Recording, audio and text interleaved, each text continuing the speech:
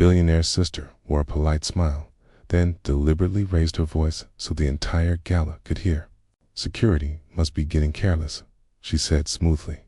"They're letting random people wander in now." Laughter rippled across the ballroom. Phones lifted instantly, eager to capture the moment. She gestured toward the service corridor and added, "Better escort her out before the silverware goes missing." The black woman didn't react. No explanations. No protests. She simply unlocked her phone because, with a single command, she had the power to dismantle the very empire this family boasted about. And tonight, the fall of arrogance would be witnessed by the world. The Langston estate shimmered like a shrine to inherited wealth. Crystal chandeliers, a private orchestra, cameras in every corner. This was the gala of Titan's 8 evening, where elite families displayed power like trophies. Alina Carter entered with composed grace.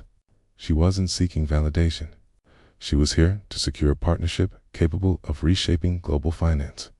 The Langston Group needed her technology. Their future hinged on this night. But the moment Alina stepped into the main hall, the atmosphere changed.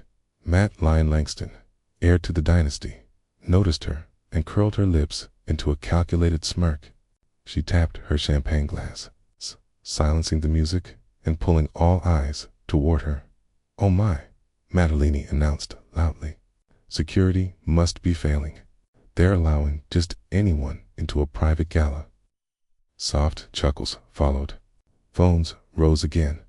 Guests stared as if Alina were an era that slipped past the velvet rope. Alina ignored it and continued toward the table reserved for corporate leaders, the seat she'd been personally invited to take.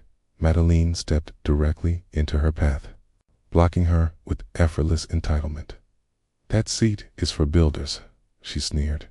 "Not people who sneak in hoping to brush shoulders with the wealthy." Lena met her gaze calmly. "Excuse me? I'm here to discuss a merger with your brother." Madeline laughed sharply. "A merger? With you? Please. We don't sign deals with charity cases pretending to be CEOs." Gasps scattered through the crowd. Others zoomed their cameras closer. Matillion leaned in, her voice cutting. "How much did you steal to get here? Did you tip the valet with pocket change?" Alina remained silent. Silence was her leverage end. It unsettled Matillion. Trying to reclaim control, the heiress gestured across the ballroom. "The entrance for hired help is over there," she announced. Dripping with condescension, security began approaching, hands ready to remove Alina from the building she had just entered. Alina glanced at her watch. 7 minutes until the scheduled announcement. Madeline crossed her arms. "Go wait where staff belongs before you embarrass yourself any further." The orchestra went completely quiet. Guests watched as if humiliation were entertainment. Finally, Alina spoke. "You're making a dangerous assumption." Matillion arched an eyebrow. "And what exactly do you think you can threaten us with?" Alina tapped her phone once. The massive LED screens behind the stage flickered, replacing gala visuals with stark financial data. Langston Group, $14.6 billion, government tech contract pending primary systems. Provider, Carter. Innovations licensing control. 100% Alina Cortera, Shockwave. Of panic swept the room. The CFO shoved through the crowd. "Matillion, that's her. She's the owner. The one we've been negotiating with." Matillion's smug expression shattered. "No, that's impossible." Alina didn't raise her voice. "It is possible. And tonight, I was prepared to finalize a partnership that would secure your empire for generations." Lucas Langston, the CEO, urged forward, breathless. "Miss Carter, I sincerely apologize." Alina lifted one finger. "Not yet." Her voice turned emphasizingly cold. "I built a company that protects nations from cyber warfare. I hold the keys to your expansion. I came offering prosperity. You responded with humiliation." Every phone in the room buzzed with breaking alerts. Merger terminated. Licensings suspended. Langston Group stock down 20 27%, falling. Lucas went pale. The shareholders, they'll destroy us. Elena cut him off. They already are. Mattelli stepped forward, shaking. We can fix this. We can now, Elena said evenly. Fixing requires rebuilding. And arrogance isn't something you can rebuild. Security, now uncertain who truly held authority, shifted behind Elena, waiting her direction.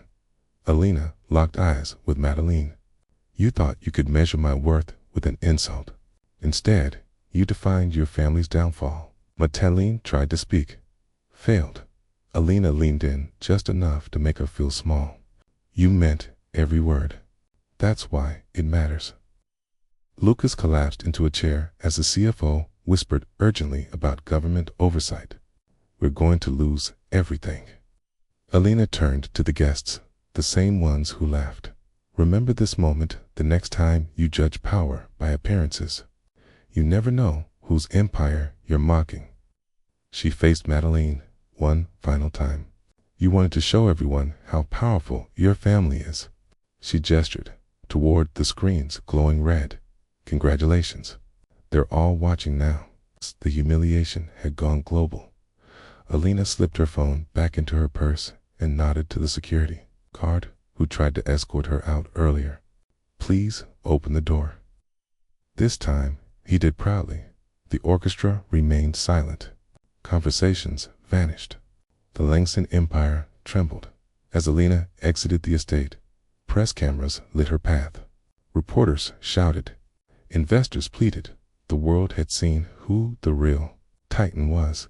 She didn't look back because everything behind her was already collapsing. The comment, Kawa reclaimed if that ending hit hard.